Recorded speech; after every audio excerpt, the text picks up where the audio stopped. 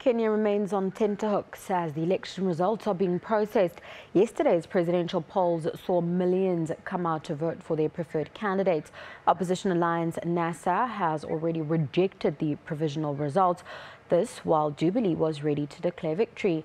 Aldrin Sampear was in Nairobi this afternoon where the stage had been set.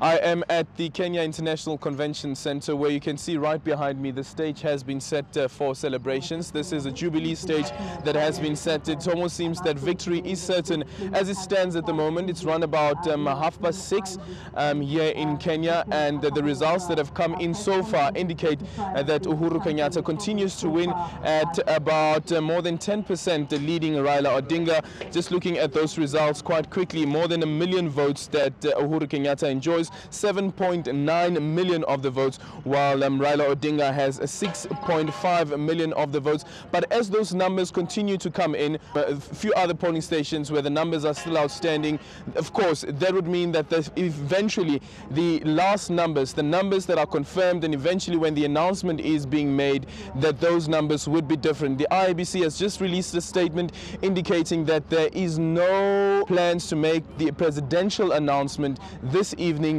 is false. There is no announcement that will be made this evening, and that probably speaks to why you have this stage that has been set up today already, but it seems as though that the celebrations have been postponed until tomorrow. Raila Odinga on the other side from the National Super Alliance has made allegations that the system, the IBC system, has been hacked into. He argued that Chris Msando, who is the murdered IT head of the IABC, that his ID was being used to hack into the system, and the election results numbers have been manipulated, and they want this to be looked into. When he was addressing the media earlier on this morning, and a question was being asked that what would you do if people do not remain calm as you have made the call, because he made the call and said call on fellow Kenyans to remain calm.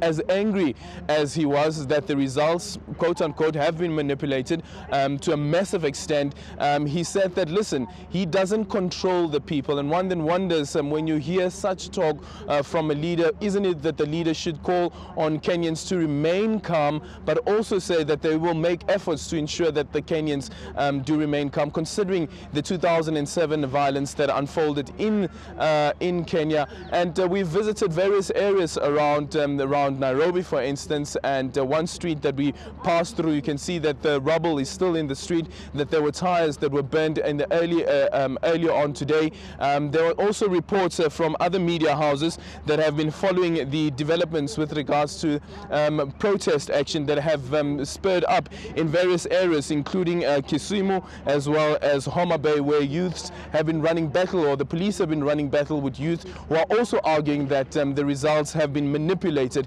And of course, one can only imagine where they get such information from, that these results have been manipulated. Well, as it stands at the moment, as I've indicated, the IABC has confirmed that there will not be an announcement of the results today, probably tomorrow, as it seems at this moment, because they only have a few other polling stations whose results are still outstanding. But it seems that victory is quite certain for Uhuru Kenyatta, and the stage has been set for that victory. Just looking at those lights are flickering there ahead of the celebrations that will be happening probably tomorrow. My name is Aldrin Sampear, and I'm signing out from Nairobi.